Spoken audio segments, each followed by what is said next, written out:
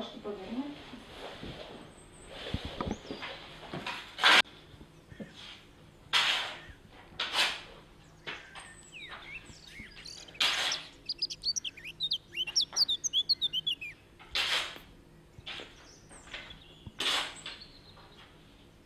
Sveiki, mėly pilotai.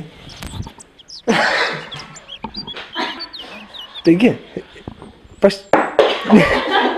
pašnekėsime, kas yra parasparnis, kaip su juo reikia skristi ir kaip valdyti. Arba jisai pats jūs suvaldyti. Taigi, šiek tiek istorijos. Parasparnius išrado prancūzai. Jie, kaip ir daugybė kitų gerų dalykų, irgi išrado.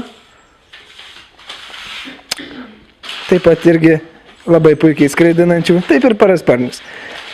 Parasparnius tikrai pamėgo labai daug žmonių visame pasaulyje. Kaip ir visi pradėjo auginti vynuogės, taip ir parasparniais pradėjo skraidyti aukštai virš laukų. Ir kasmet vasarą nuiminėja derlių parasparnių, vyksta varžybos, pasaulio čempionatai. Irgi žmonės skrajoja padebesiais.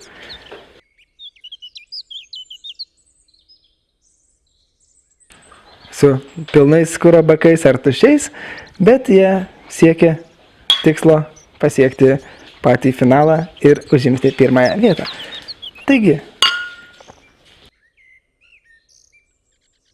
čia vaidinu, tik tai vaidinu.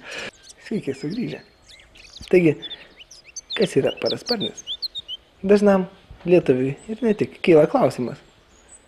Kai kurie tai mato pirmą kartą, kai kurie tai nematė, bet girdėjo tik tai. Jiem atrodo, kas tai galėtų būti. Dažnas sako, tai motoriukas, tai su sparniukais, kuris pučia ir skrenda. Bet taip iš tikrųjų nėra.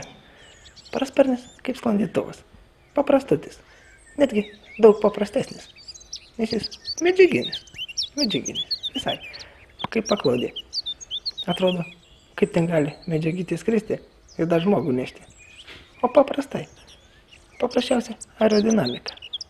Tai toks mokslas, kuris parodo, išbando ir kaip fizikos dėsniai kelia žmogų. Ir ne tik, netgi du žmonės. Gali parasparnis du žmonės kelti. Taigi, medžiaginis, lengvutis su stropytėm. Tai šniureliai tokie, kurie laiko. Irgi atrodo baisu, kaip keli šniureliai gali išlaikyti.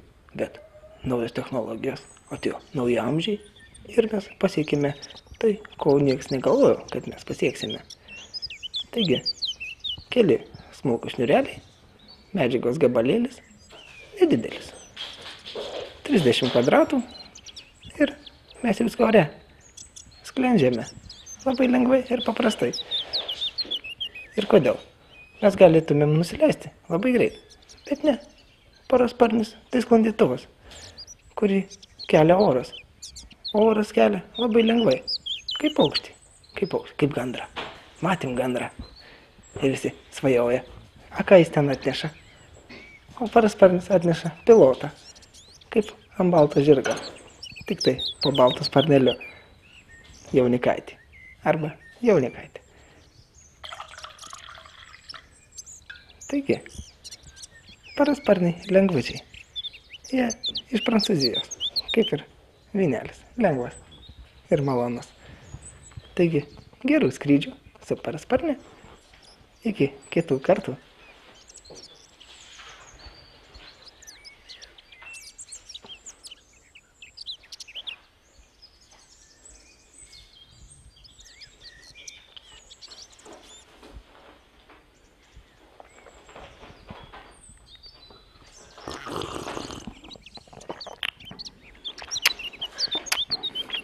Mm-hmm.